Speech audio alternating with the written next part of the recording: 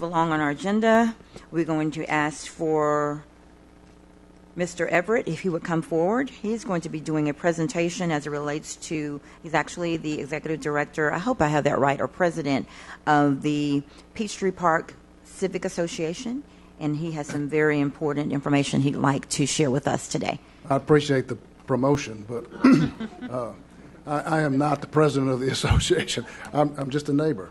Yeah, oh, okay. I'm just somebody who lives in the neighborhood, but I have been working with Peachtree Park's board and our tree committee, and we've been working on this for quite some time. Madam President, members of the Atlanta Planning and Advisory Board, and residents of Atlanta, I'm here to talk to you today about protecting Atlanta's trees. Everybody recognizes this, the Eiffel Tower. It is iconic. It is internationally recognized. Everybody recognizes this too. It is just as iconic, and it is Atlanta's urban forest. Again, my name is Bill Everett, NPUB. I've lived in Atlanta for more than 40 years. I submit that we, in a way, have come full circle. Several years ago, we created a city tree protection ordinance that everybody was very excited about. Then a recession hit 2008, 2009, and we began to worry about our economic future and development. Now development's booming. Unfortunately, this amazing forest that you're looking at up here is coming down at a disturbing rate. Now, there are many individuals and local community groups working to help protect our quality of life and integrity in their neighborhood, and there's a whole lot of great work going on. I could list a bunch of organizations, but the West Atlanta Watershed Alliance and Adams Park are just a couple that come to mind. But this good work is not enough. Trees are one of Atlanta's greatest assets, and we need stronger protection before it's too late. So this morning, I'm going to quickly take you through what we have and why it's valuable. I'm going to tell you a brief example in our neighborhood which highlights why Atlanta's trees are at risk. And then in the end, I'm going to ask for your support via a resolution. So what do we have? Not moving? That's okay. Our urban forest is an international pride of Atlanta, and it's unique among all major cities in this country.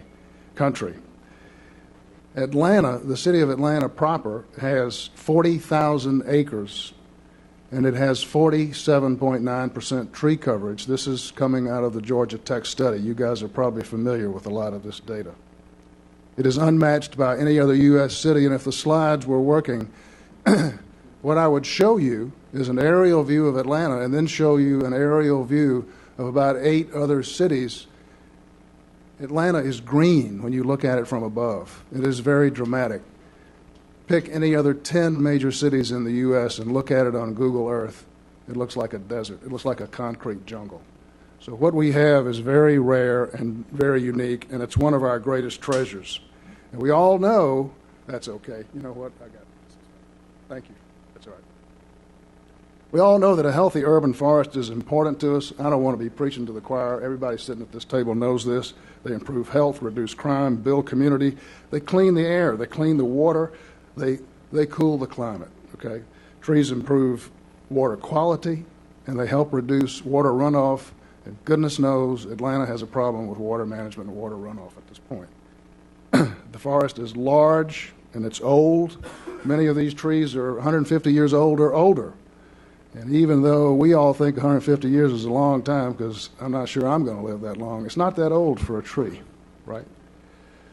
Some of us have been told, don't worry about it. We got other solutions. We can take these trees down, and we're just going to replant our way out of this. There's a lot of really great work going on. Atlanta is extremely fortunate to have an organization like Trees Atlanta. However, I would remind us all that what we plant today, while it pays dividends immediately, won't replace the benefits of this mature forest that I showed you a picture of. The second thing that people have been saying, I've been hearing this, is, well, you know, we're just going to buy a lot of green space and plant the trees over there. That's just not practical. At a citywide level, it's not economically feasible either. But most importantly, it's just not necessary, because the good news is that we've already got our green spaces. They are in our communities and in our parks. We just need to protect what we have. About 80% of Atlanta's urban forest is on single-family residential land. Every time we lose a tree, we hurt ourselves. And today, Atlanta's urban forest is under assault, and unless something is done, we'll lose it in a very short period of time. So I want to just tell you quickly a story that you've all heard before. And that is, last summer, we had a developer come in to clear a lot. He asked to remove the trees. There were a lot of trees he wanted to take out, and we chose to just try to protect 2 of them, neither of which were in the buildable area. They weren't even in the buildable area. In fact, they were boundary trees, and we lost our appeal. So we were a little upset about that, and we stopped to think, what did we learn in this process? Well, we learned several things. Atlanta's tree protection ordinance today does not protect trees.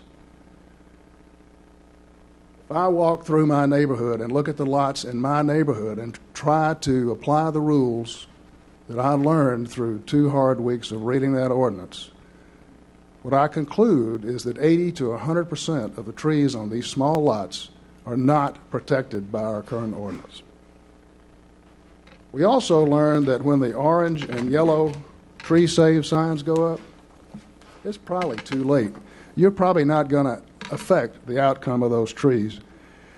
And all of this, I want to put in a good word here, is despite the best efforts of our tree commission and the city's arborist. These are remarkable people. They need more people, and they need a better tool legally to help them do their job. I'm going to submit to you that Atlanta's trees are at risk for these reasons. First of all, Atlanta's building processes do not protect trees. Today's building techniques have shifted to grading. A house is torn down, the lot is graded. This is very damaging, not only to what's on the lot at that point in time, but what will be on the lot when all that topsoil is removed. There's too much impervious surface on these lots, and builders are just not being asked strongly enough to use innovative building techniques that protect our trees. And these techniques are available today. We've known about these for a while. Second point, Atlanta's building process does not protect trees. And honestly, this was probably the biggest surprise to our little tree committee that tried to save these trees. The plan for trees is stuck on the end of the whole building process. So by the time you get to that point, plans have been developed, architects have been paid, money's been spent, contractors have been engaged. It's kind of locked in, and then everybody says, okay, what are we going to do to save the trees? And at that point, the answer is given back as, well, you can't save these trees because they're in the buildable area. They have a right to clear them. This may be the single most important issue that we have to address. Plan for trees should be there at the beginning of the process.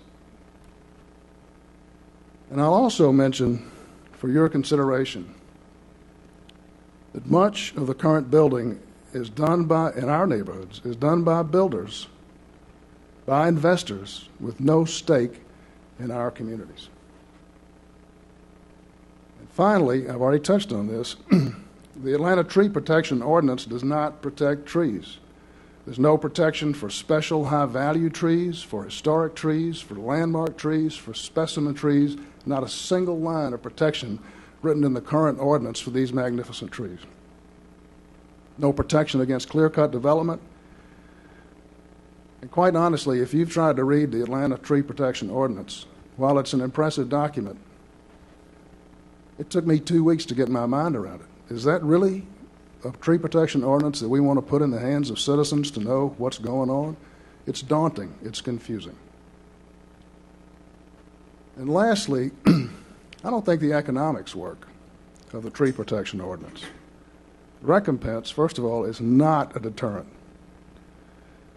In one instance, the developer paid $955 to remove 14 trees on a lot on which he built a house, is now charging $1.4 million.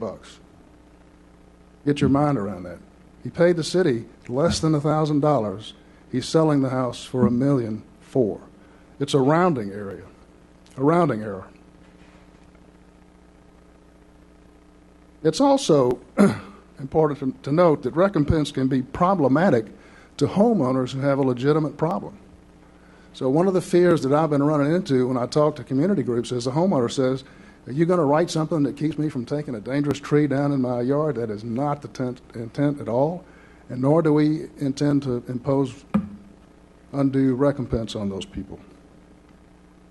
As we all know, removing trees can cause stormwater runoff problems, but once again, our communities are not benefiting from the development. Instead, we submit homeowners, city taxpayers, have to pay for stormwater problems caused by irresponsible development that removes trees that were taking care of the stormwater for us. So, in conclusion, we I thought you envision had concluded. I'm sorry. no, I got just a couple more minutes. Okay. We envision a new approach to protect our iconic forest. We must recognize that we have an irreplaceable asset, that Atlanta's growth, we have a little saying that says Atlanta can grow with trees. I firmly believe that. But growth values not only the economic viability, but the quality of life. And we also imagine an approach where we use methods that protect trees as a part of the building process. And lastly, I've already touched on this briefly, we want to set aside this myth that building and trees are in conflict. We believe that Atlanta can build and it can grow, it just must do it more sensibly. So, what are we asking you for today? First of all, and Madam Chairman, I'm a little uncertain on this point. We have a resolution 2, and I know it was handed out, but I'm not sure you have it in front of you, and I'm not quite sure how to proceed. But I would ask you to review this resolution and vote on it, please, to show your support for protecting trees. Okay. Thank you, Mr. Everett.